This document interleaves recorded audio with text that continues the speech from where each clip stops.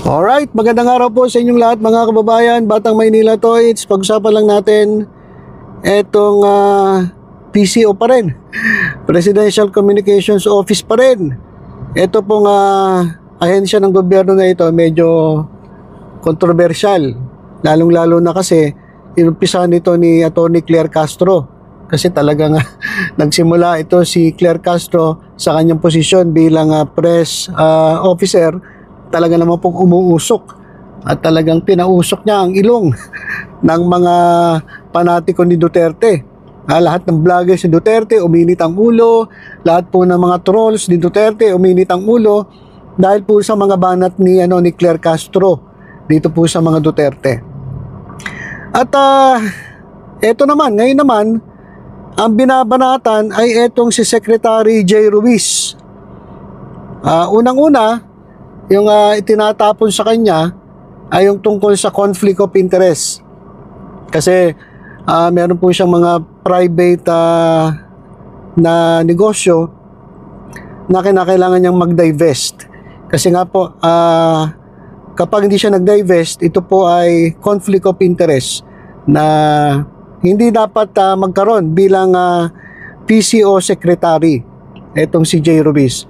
So, nag-divest siya sa ibang niyang mga negosyo at meron pang binibintang sa kanya. Ito matindi, siya raw ay di umano'y kumita mula sa 260 o 206 bilyong halaga ng kontrata mula sa Philippine Charity Sweepstakes Office.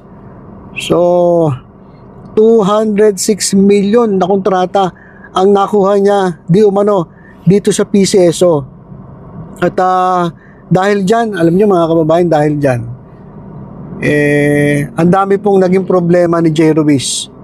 Kinakailangan niya ipaliwanag to sa media, kaya kanina po ay nagkaroon siya ng press briefing dyan po sa Malacanang Press Corps at pinaliwanag niya isa-isa lahat po ng nangyari. Pinakita niya, pinaliwanag niya, inilabas niya, isiniwalat niya yung kanyang mga negosyo. Ito pa lang si Jay Ruiz ay may mga restaurants, may sorbetes na resto at marami pa lang itong negosyo na bunga naman ito ng pagsisikap niya bilang media practitioner.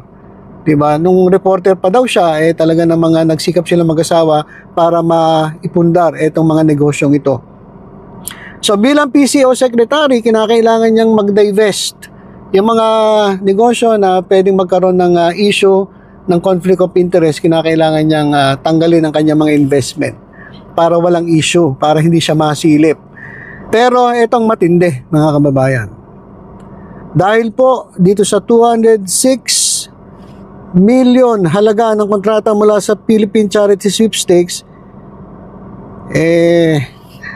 ito pong si Jay Ruiz ay nalagay po sa alanganin. Ito po, ang dami, halos lahat po ng balita rito yan tungkol po kay Jay Ruiz. Ayon sa kanya, yung balita na yon fake news daw. Hindi raw po totoo ang mga isyong ibinabato sa kanya.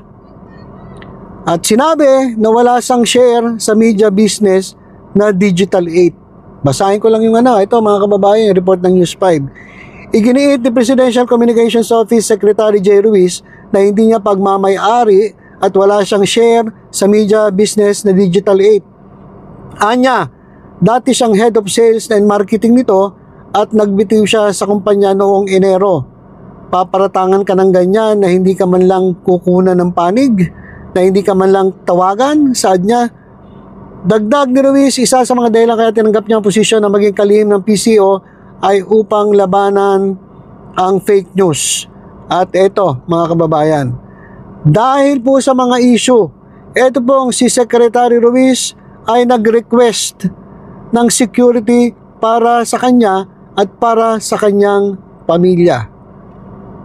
Ayan, ito ay matapos sumingaw ang di umano'y 206 milyong halaga ng kontrata mula sa Philippine Charity Sweepstakes Office o PCSO. So dahil nga may mga issue at talaga namang siya po ay target ng fake news, medyo nag-isip-isip itong si Jay Ruiz. At delikado po kasi, delikado po. Siya po ay pinag-iinitan, kaya napag-isipan niya na mag-request ng security. Kasi kung sa atin, kung sa atin lang, okay lang eh. Pero kapag nadamay na ang ating pamilya, medyo ibang usapan na po yan. Yung mga anak naman daw niya, wala mga security. Kasi hindi naman siya ganun Kumbaga, hindi naman siya public figure eh. Private person, itong si Jay Ruiz. So, hindi niya kailangan ng security. Pero ngayon, pinag-iinitan siya. Bakit siya pinag-iinitan? Kasi isa pa tong issue na to. Yung mga ilan sa mga mga secretary ata o undersecretary sa mga tataas officials ay pinag-resign po. Sila po daw ay dapat magka-courtesy resignation. Kasi gustong malinis ng Marcos administration itong PCO. At syempre, kapag gano'n na nangyari, unang isipin nila ang may pakana ay itong si Jay Ruiz. Ito naman daw ay utos ni Lucas Bersamin. Ito pong Executive Secretary ni Pangulong Bongbong Marcos. So dahil nga maraming naapektuhan, may mga nawalan ng trabaho dahil po purging po ang tawag dyan purging nililinis nila para ang ilalagay ni Jay Ruiz yung mga taong trusted niya. Mahirap kasi na papasok ka sa isang ahensya tapos yung mga nandoong tao tao pa nung kabila o ibang tao na hindi mo pwedeng pagkatiwalaan. Nako, napakahirap po nun. Kaya lahat po, alam ko walang exemption, pinag-resign, courtesy resignation, at kung sino man ang pwede pang ma-absorb muli, ayun ang kukunin nila at papalitan yung iba. Iyan po ang isa pang issue. Kaya siguro pinag-iinitan etong si Jay Ruiz. Kaya, ayan, mga kababayan, fake news na naman. Fake news na naman ang ibinabato dito sa PCO. Una si Claire Castro at ito, bumanat na din sila kay Jay Ruiz. So yan po ang yan po ang style ng kalaban, mga kababayan Talagang magpakalat ng fake news, siraan ka, yung credibility mo sirain, yung pagkatao mo sirain, takutin ka, pati pamilya mo idadamay para lang hindi mo magawa ng maayos yung trabaho mo. Sa tingin ko, mga kababayan, yun po yung pinakamalaking issue, yung pagkakatanggal ng iba, magsabit ng courtesy resignation para malinis yung PCO. Yun po malamang ang malaking siguro factor kaya ganito ang nangyayari kay Secretary Jay Ruiz. Fake news. Yan po ang problema, mga kababayan. At ito matindi. Dako lang tayong konti bilang pagtatapos dito sa lungsod ng Maynila. Ito pong si Sam Bersosa. Ayan po, Sam Bersosa. Galit na galit po kay Isko Moreno. Bakit po? Kasi ito, umiiyak na po si Sam Bersosa. Sabi niya, ayaw po talaga nila tumigil sa paninira. Wag na po lokohin na mga tao, puro kasinungalingan sinasabi ninyo sa mga tao kahit meron ng resibo. Ito, pinapatamaan niya si Isko Moreno.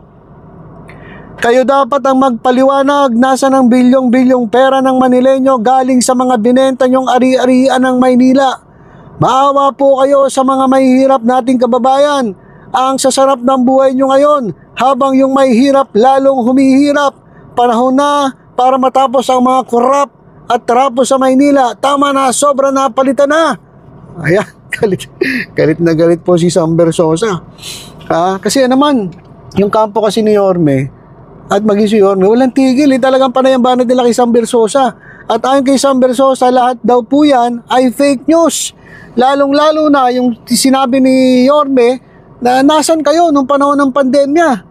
Naglabas ng resibo ngayon si Sam Bersosa, pinakita niya yung mga tulong na ibinigay niya sa lungsod ng Maynila at ang tumanggap pa mismo ay si Isko Moreno. So, grabe, mga kababayan, grabe po itong nangyayaring sagutan ng dalawa. Si Mayora naman, si Mayorani Lacuna, tahimik lang. Kasi siya po yung incumbent at hindi na po siya nakikisali rito. Ang mas importante kay Mayorani Lacuna, yung maglingkod. Panahon niya pa meron pa siyang oras So, ang ginagawa niya, trabaho dito, trabaho doon, trabaho lang ng trabaho.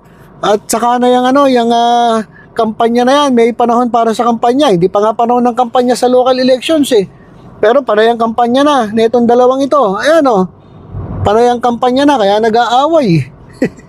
nagpapagalingan tutsadahan mga kababayan. So, eto, fake news na naman. Ayan, lahat po ng mga nangyayari ngayon sa ating lipunan, sa ating bansa, etong mga sigalot, away-away, ay dahil po sa fake news. Naging biktima si Sam Bersosa, naging biktima si Hani Lacuna, naging biktima si Claire Castro, naging biktima si Jay Ruiz, hanggang sa punto na nailagay sa alanganin ang buhay ng kanyang anak, ng kanyang pamilya, at pati buhay niya. So, ganyan po katindi ang fake news na kinakalat ng mga walang magawa sa buhay. Bagay, hindi lumalaban ng patas. Yung wala kasing maisagot sa issue, kaya ang ginagawa nila ay puro paninira dito sa kanilang mga kalaban sa politika.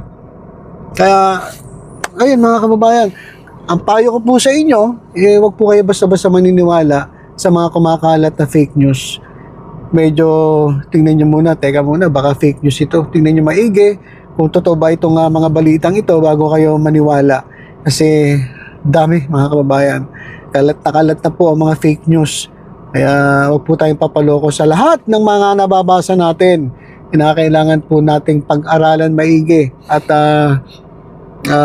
imbestigahan. Totoo bang lahat itong mga narinig natin o nakikita natin sa social media.